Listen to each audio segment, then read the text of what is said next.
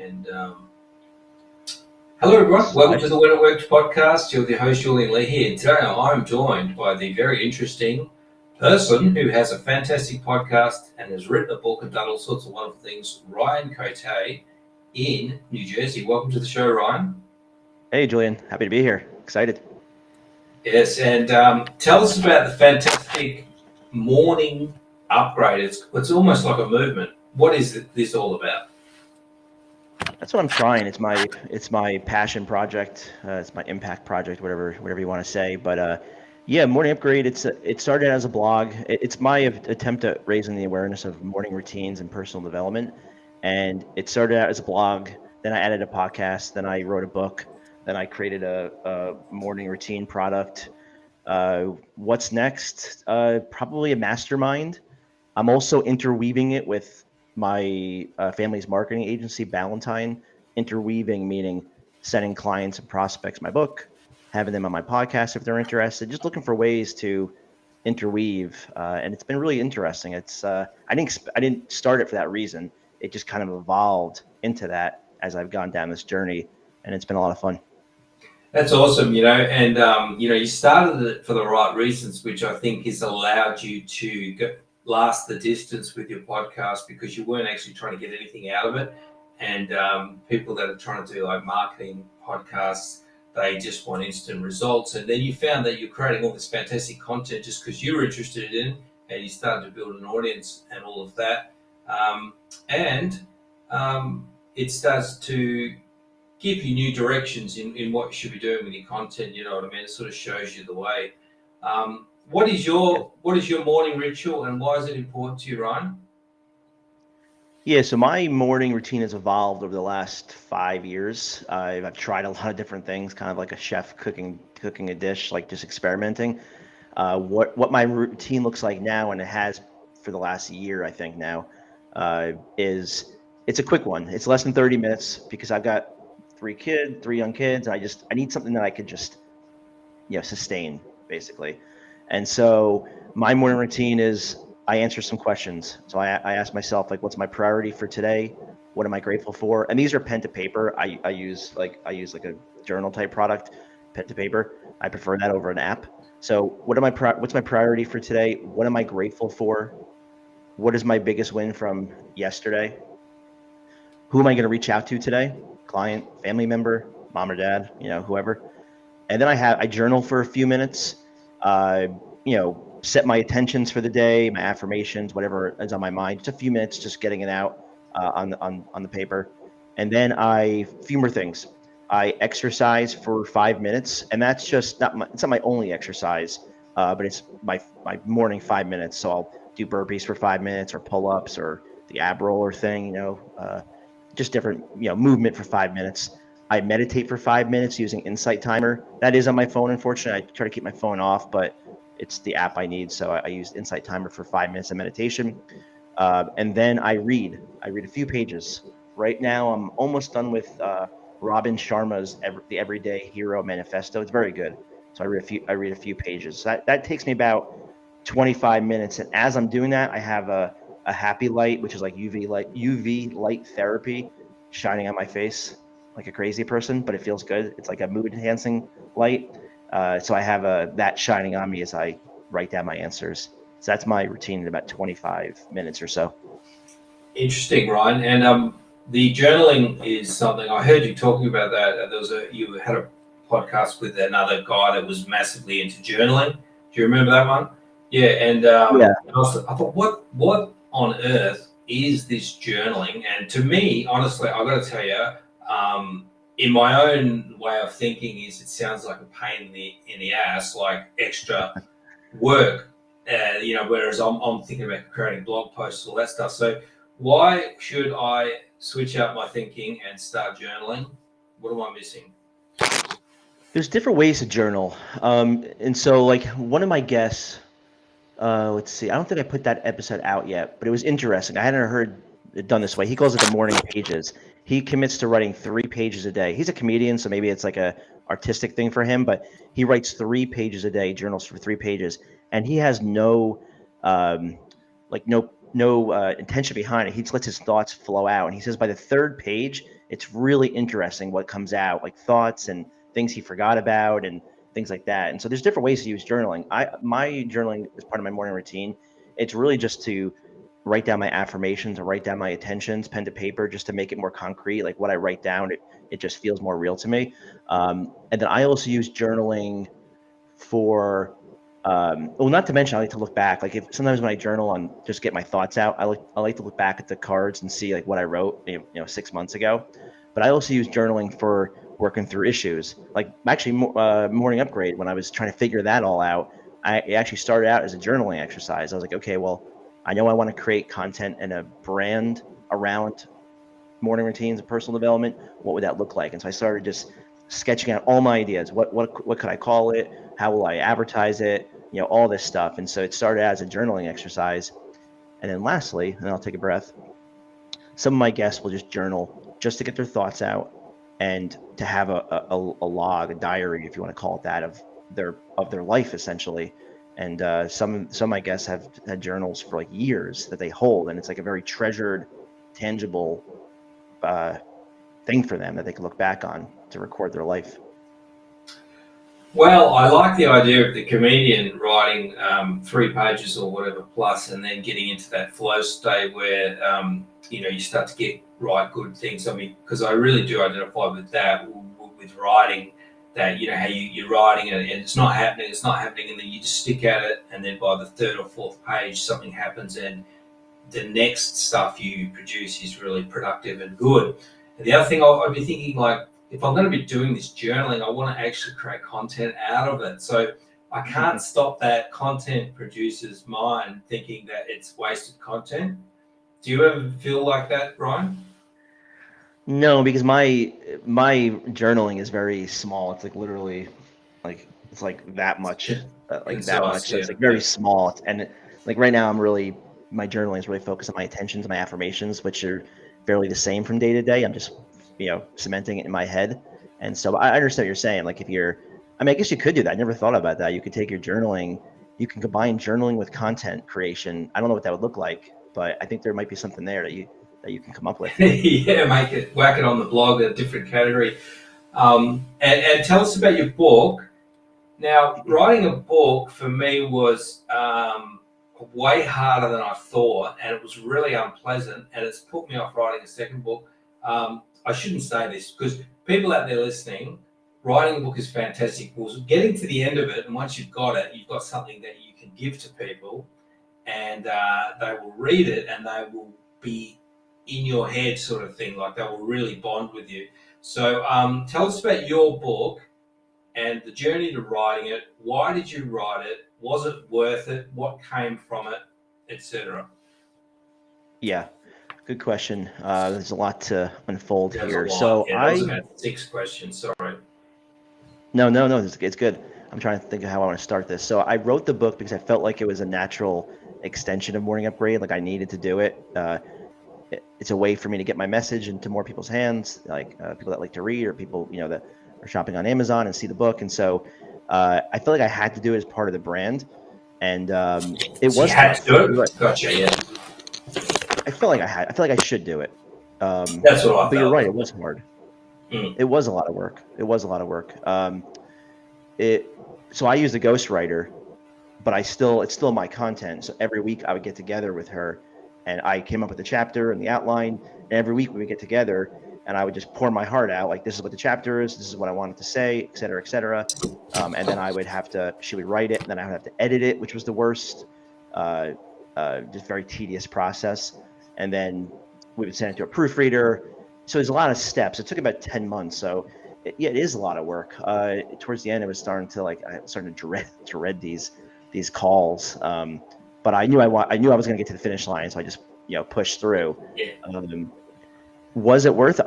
It was worth it. I mean, I make sales on Amazon, but really what's interesting is that, like I mentioned before, I'm interweaving Morning Upgrade with Valentine. So I'll mail the book to clients. I'll mail the book to prospects. Most of our clients are business owners. That's who we typically deal with, like small business owners. So me mailing them my book, which is called The Entrepreneur's Secret Weapon. It's about personal development and growth and all the stuff that we've been talking about. It's a natural thing. It's not like I'm sending them a book about gardening or something like that, it makes sense. Whether they are into it or not, the book makes sense for them to get it. And so that's been a really interesting part, just gifting it to people, using it as like a business card on steroids almost. Oh, absolutely. And if there's ever somebody that you want to get their attention, like they may be some huge influencer or whatever, I mean, you could send them that book. If you can get their address and send them your book that you've written, you're at least going to get a conversation with them. And yeah, for me, that's really what it's all about. It's about giving it away to people. Yeah. And you can have a lead funnel, and you can send people the ebook and all of that stuff. And when you say ghostwriter, I think you're selling yourself short, because really it was kind of like an editor that was. It was all your content, because people can have ghostwriters who just write them a marketing book and just put their name on it. You know, you didn't do that. You wrote the book, really. Yeah, it's all my content. I guess. Yeah, I guess it's more like a hybrid approach. And I it's. Yeah, I mean, I came up with the outline, the topics, and then it was all my content, and I edited it. It's funny though, going back to the book being hard. When I got the book on Amazon, I was like, oh, this is amazing. I ordered it, and I actually read it again because I wanted to read the printed book, and as I was reading it, I was like, I don't like the way that sounds. I'm gonna make a change there. So I actually went back to the KDP files, which is Amazon, and re-edited the darn thing and uploaded it. So I created a second edition because I just didn't like some of the words I used, and I liked the way it flowed. And so I edited it. And then it's like it's things you don't think of. I had the book design front and back, and didn't think about the spine design. So I ordered the book, and it had no design in the spine. Like the book's back there. I'm not going to grab it. Oh, that's almost crushing. I know. So I was like, I didn't think of that. So I went back to the designer. Yeah.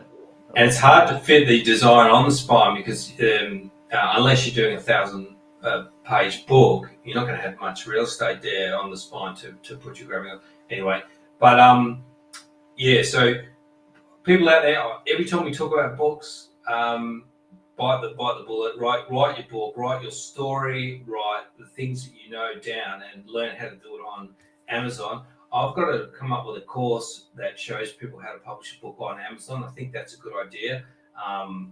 If I've got time, I'm going to do that. Tell us about Valentine. What's going on there? Is that your main business? That is. Yep. It goes back to mid-'60s. My great uncle started it. It started out as a printing company. Then it evolved into a direct mail company, meaning you print it and you mail it. And then about 5 years or so, we started the digital division of the company, which is like, search engine optimization, content, social, all that stuff.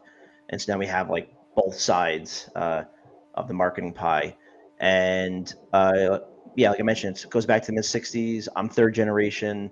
It's myself, my two brothers, and my uncle that own the business. My cousin's there. And we have other, there's 18 of us total. So it's not all family. And yeah, it's it's really interesting. Like with COVID, we push everyone remote, and so now everyone's loving it. Like the work from home, and I've got a home office here. This used to be my kids' playroom, and sorry kids, Dad needs an office. So now I have a home office, and we downsized to a small co-working space about 45 minutes from my house just to have a home base. But everyone's remote. So it's, I don't know, really interesting. So how long are you going to stay in the remote mode? Permanent. Yeah, That's permanent. awesome. I mean, I guess something could bring us back to the office if a couple of years down the road we decide it's not right for the company, but we push everyone remote. If we made everyone come in, we probably would lose half the staff at this point, but I don't see us doing that. What's the mail order thing? Oh, that's interesting. So what are you sending people out? They're ordering books and you send them out kind of like what Amazon did, or is it like marketing cards? The direct mail side of the business? Yeah. That's like advertising stuff you get in your mailbox, like asking you to donate or asking you to subscribe or buy something. Junk mail. Yeah, we don't call it junk mail, but yes, that's what most people. It's good. It's good. I mean, it's good. It's good form of marketing. It's interesting to have that. It's a good business too, isn't it? Yeah. And it's yeah. Sorry. Yeah. Tell us about your mastermind that you've got. Your planning. And how that's going to work. Is there anything that's very much in the formative stages, and you go to a lot of masterminds. Tell us what masterminds are and why they're good to attend. Yeah, I want this to be a key takeaway for your audience. Well, the first key takeaway is the morning routine. Invest in yourself in the morning. Doesn't need to be my morning routine. Just find what works out best for you. But wake up a little early, invest in yourself in the morning routine. That's the first key takeaway. And then I'm glad you brought up the masterminds, because I think if your audience doesn't know about that, they're getting more popular, but I think most people probably don't know about them. So I want to just open up the world here to what's possible. So a mastermind, to me, it's second to my morning routine as terms of like my best personal growth strategy in terms of at least what I've experienced, speaking from my experience. And so a mastermind is a collection of people that have a common interest towards something. Like I've got one mastermind where it's mostly marketing focused.